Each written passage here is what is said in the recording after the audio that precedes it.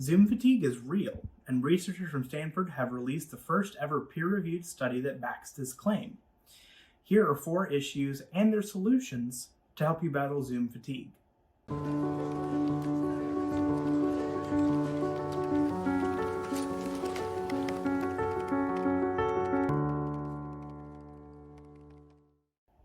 Number 1, close-up eye contact is intense. So in a regular face-to-face meeting, people are usually looking around the room, taking notes, looking at the speaker, and occasionally making eye contact with each other. In that face-to-face meeting, you don't see a bunch of floating heads 12 inches from your own. In a Zoom meeting, you get exactly that, and it tricks our brains into thinking we're in an extremely tense situation. Everyone is constantly staring at the screen, which is drastically increasing eye contact. In this Zoom situation, everything feels much more intense than in a meeting where you're sitting around a conference table. The solution is you can take Zoom out of full screen mode or reduce the size of the app window. This makes faces appear smaller on screen and less intense. Another quick solution is to sit a little further away from the screen. Number 2 is seeing your own face all the time is exhausting. There's a big difference between glancing in the mirror a few times a day and having one held up to your face as you talk to other people. Studies have shown that seeing yourself in a mirror can cause negative emotions. So when you're on back-to-back video calls and you're constantly forced to look at your own reflection, it can cause us to feel more critical of ourselves.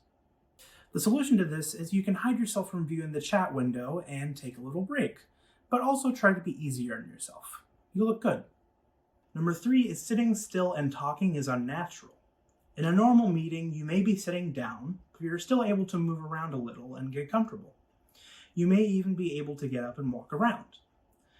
There's something different about having to sit in an unnatural way with our head fitting in a little square on the screen. There's even growing research that says when people are moving around, they're thinking better. The solution to this is place more space between you and the camera. If you're using a laptop, you can get an external keyboard to help you sit back further. Consider turning off your camera now and again to allow you to move around a little.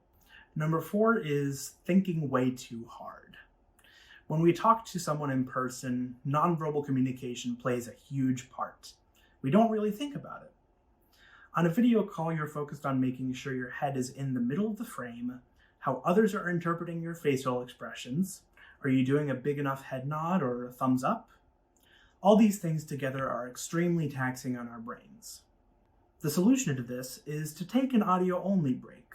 Turn off the camera, move your body away from the screen, and take a break from having to focus so hard on your nonverbal communication skills.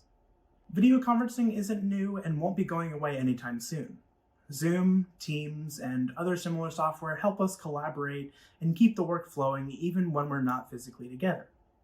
As in all things, moderation is key, and sometimes you just need to take a break. We hope these tips help reduce your stress so that you can stay happy and productive.